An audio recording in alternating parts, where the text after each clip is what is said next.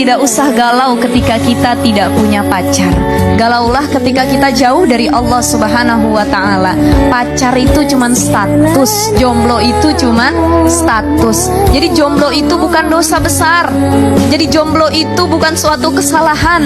Jadi jomblo itu juga tidak memalukan, betul begitu ya. Jadi ketika kita diejek oleh teman kita, kamu gak punya pacar ya, kamu jomblo ya, alhamdulillah, artinya Allah sayang sama saya.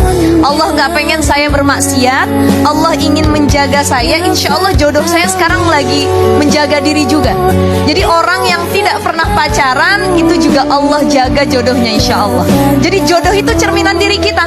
Jangan malu diejek gak punya pacar, malu ketika kita ketinggalan dalam beramal solih, malu ketika kita bermaksiat, malu ketika kita tidak dekat kepada Allah Subhanahu wa ta'ala. Ketika kita merasakan, ya Allah, saya bersyukur dengan apapun yang Kau berikan, alhamdulillah ala kulli hal. Itu yang pertama.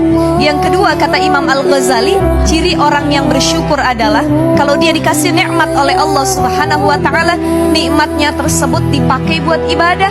Ya walaupun muka saya nggak cantik-cantik banget, walaupun muka saya nggak tampan-tampan banget, walaupun saya tidak begitu kaya, tapi dengan apa yang saya miliki, saya berjanji bahwa saya akan mendedikasikan diri saya sepenuhnya untuk beribadah kepada Allah Subhanahu wa ta'ala. Jadi ketika kita insecure dalam hal duniawi, itu sangat salah. Berarti kita tidak bersyukur dengan pemberian Allah. Tapi yang harus kita insyukurkan adalah ketika kita melihat orang lebih banyak amal ibadahnya, itu harus kita insecure. Allahu a'lam. Mau nggak kita berjuang bersama-sama, tapi bukan dari nol? Karena kalau dari nol itu kan pom bensin. Jangan mau dari nol, udah sukses nanti sama orang ya Bu ya. Betul ya. Tapi gini bahasanya, maukah engkau berjuang bersama-sama, baik ketika susah maupun ketika senang? Aku akan bertanggung jawab jadi imam yang baik gitu. Itu gimana? Tapi ya, masalahnya gini Kak, ya kan, niatnya udah ada, tapi nggak punya keberaniannya. Jadi laki-laki yang serius adalah laki-laki yang langsung mendatangi ayahnya.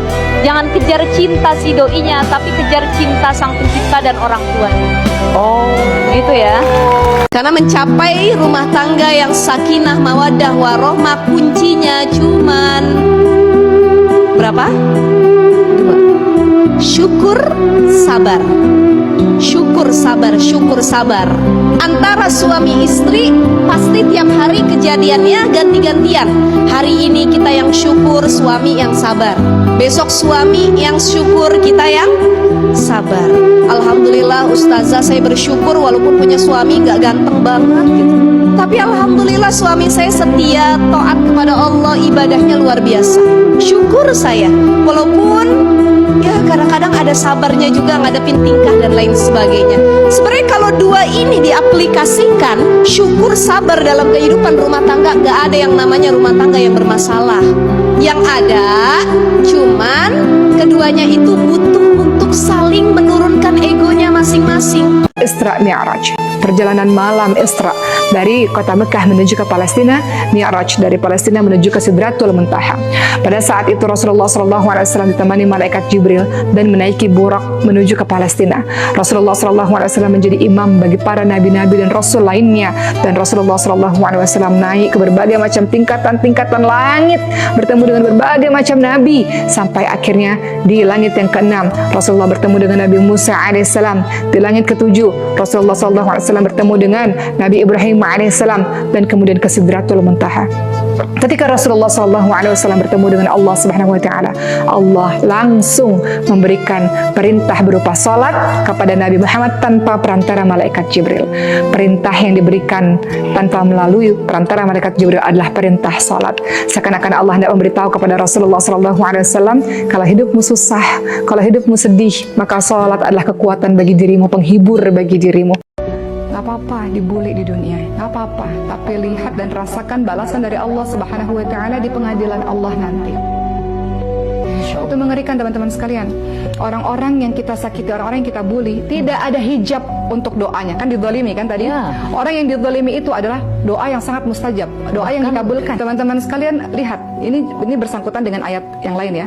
In asantum li anfusikum wa in asatum falaha. Kebaikan yang engkau lakukan akan kembali untuk dirimu sendiri. Kejahatan yang engkau lakukan akan kembali untuk dirimu sendiri. Bahwa Rasulullah SAW mengingatkan kepada kita semua, takutlah kalian terhadap doa orang yang dizalimi, karena tidak ada tabir, tidak ada penghalang antara dia dengan Allah Subhanahu wa taala. Hadis riwayat Bukhari. Itu celaka orang-orang yang menyakiti hati orang lain.